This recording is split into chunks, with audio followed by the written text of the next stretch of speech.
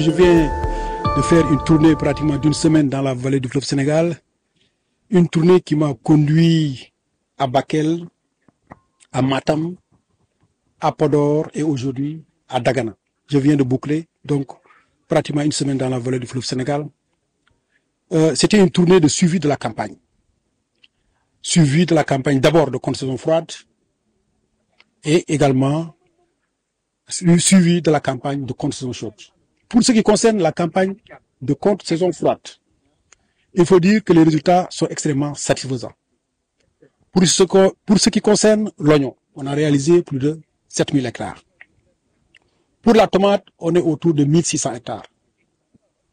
Pour le maïs, on est autour de 3000 hectares, mais également pour la pomme de terre, on est autour de 3000 hectares.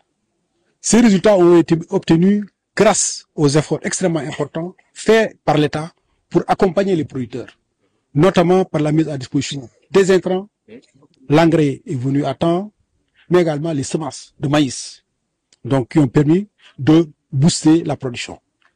Comme vous le savez, l'année passée, les populations de la vallée ont été impactées durement par les crues du fleuve Sénégal, et c'est à partir de ce moment que l'État, à travers le ministère de l'Agriculture et de la Souveraineté alimentaire, a mis en place un programme donc de résilience.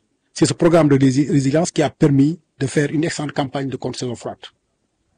Pour ce qui concerne la contre-saison chaude, il faut dire que les mises en valeur cette année dans la vallée ont connu une hausse assez importante.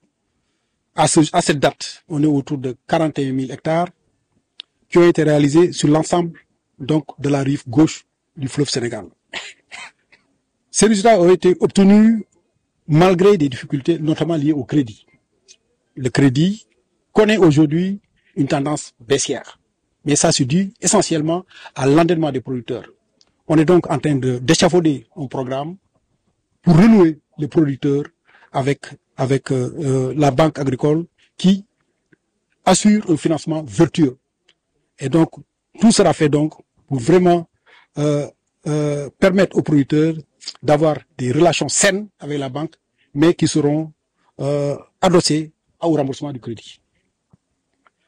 Ces résultats sont obtenus aujourd'hui pour la campagne de consommation chaude, mais ce que je pense qu'il faudra faire, les mesures qu'il faudra prendre dans les jours à venir, c'est de travailler pour lutter efficacement contre les oiseaux granivores.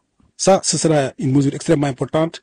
Le ministre de l'Agriculture, de la Souveraineté alimentaire et de l'Élevage, Dr Moubouba Diagne, m'a donné des instructions fermes dans ce sens qui consistent à travailler en relation avec nos parents mauritaniens pour lutter donc conjointement contre les oiseaux granivores parce que, comme vous le savez, les oiseaux sont transfrontaliers.